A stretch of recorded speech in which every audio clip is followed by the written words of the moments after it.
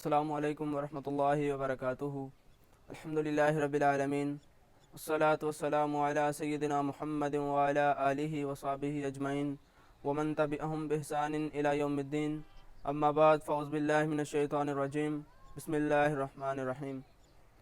قال النبی صلی اللہ علیہ وآلہ وسلم قال لا تزول قدم ابن آدم یوم القیامت عند ربہ حتی یسأل عن خمس، عن عمره فیما افناه، وعن شبابه فيما عبلاه، وماله من أين اكتسبه، وفيما أنفقه، وماذا عمل فيما علم۔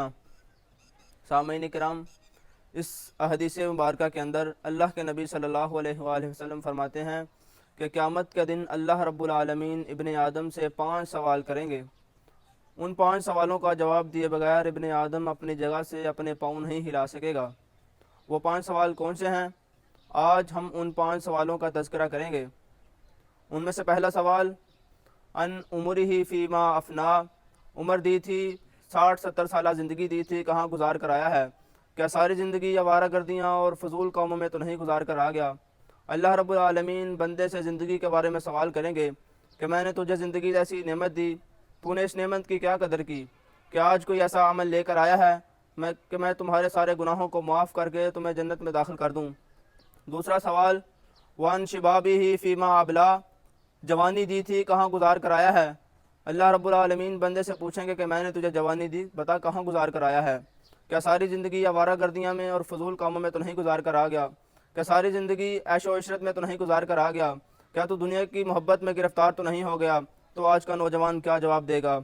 اللہ رب العالمین پھر نوجوان سے پوچھیں گے کہ تیری جوانی کی ضرورت تھی محمد عربی کے دین کو، تیری جوانی کی ضرورت تھی ان کافروں کے ساتھ مقابلہ کرنے کی جو دین کے خلاف باتیں کرتے تھے، تو اس وقت کہاں تھا؟ تو آج کا نوجوان کیا جواب دے گا؟ تیسرا سوال، ومالہ من این اکتسبہ، مال کہاں سے کمایا؟ کیا غریبوں کا خون نچوڑ کر تو نہیں مال کمایا؟ کیا کسی کے حق پر ڈاکہ ڈال کر تو نہیں مال کمایا؟ کیا ذخیرہ اندوزی تو نہیں کی؟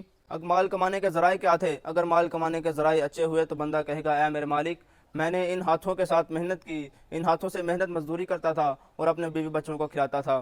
نبی کریم صلی اللہ علیہ وآلہ وسلم نے فرمایا کہ سارا دن ہاتھوں سے محنت مزدوری کر کر اپنے بیوی بچوں کو پالنے والا اللہ رب العالمین کو بڑا محبوب ہے۔ چوتھا سوال، وفیما انفقہ، مال دیا تھا خرچ کہاں پر کر کے آیا ہے؟ کیا فضول خرچیاں تو نہیں کرتا رہا؟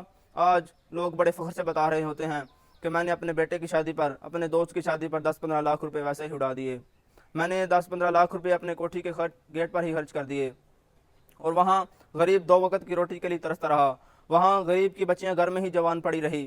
اس بارے میں بھی اللہ رب العالمین پوچھیں گے۔ پانچواں اور آخری سوال، وماذا عمل فیما علم، علم کتنا تھا اور علم کے مطابق کتنا عمل کیا؟ تجھے پتا تھا کہ نماز چھوڑنا کتنا بڑا گناہ ہے؟